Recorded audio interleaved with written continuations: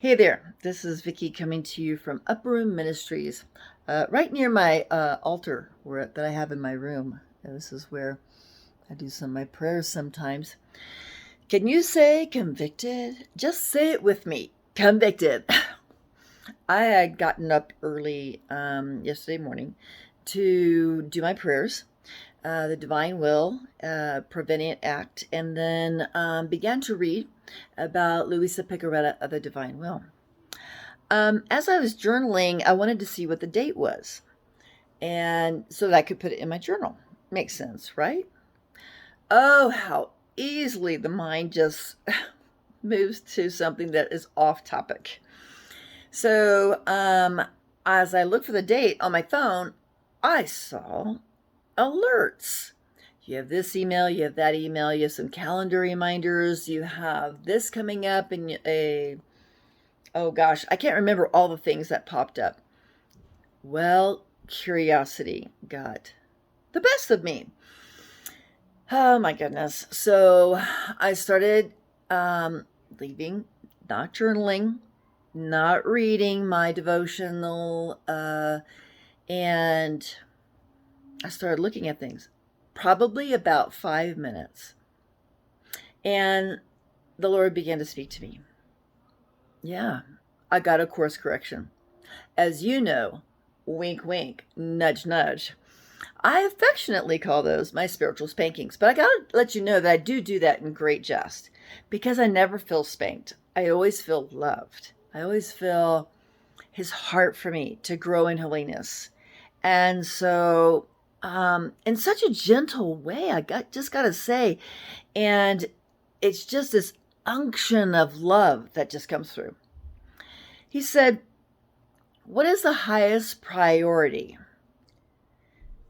The discipline of what you're doing now, or the curiosity of what's going on there. He asked me, do you want to be here with me, or do you want to be there where curiosity took you?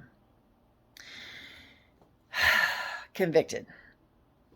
Wow. And I love the way he said the discipline of what you're doing now. So I exercise this discipline, as you know, like a spiritual muscle, and what you exercise grows stronger. I'd like you to consider, if you would, how many times, it's not really a counting of the times, but how easily you are distracted through curiosity. So I actually exercise this muscle quite a bit more than I'm letting on. I will hear a sound and I decide quickly, I'm not even looking in that direction. I'm attending to what's here now.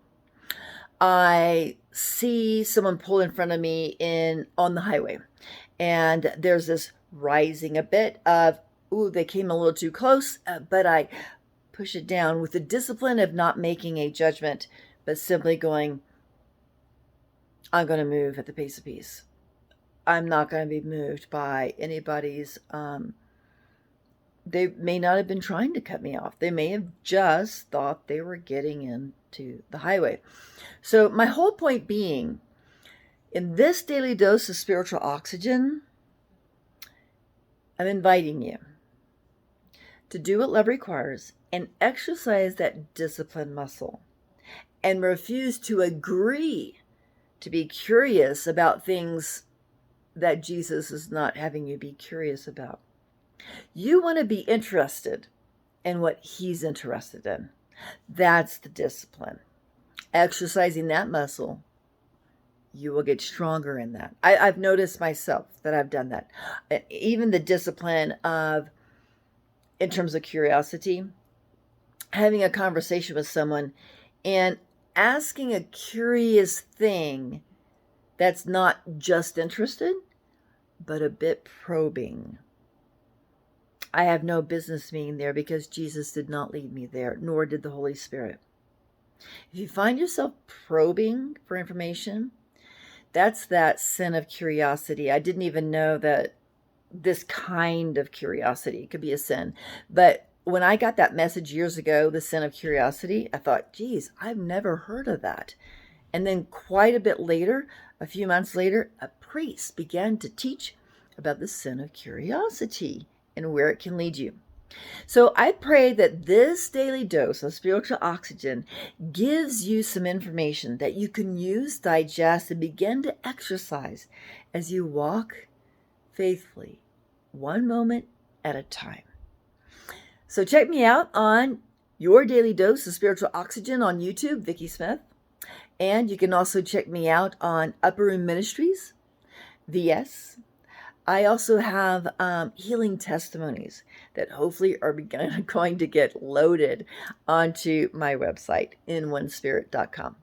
You take care. God bless you. Until then, God's got this and He's got you. From my heart to yours, God bless.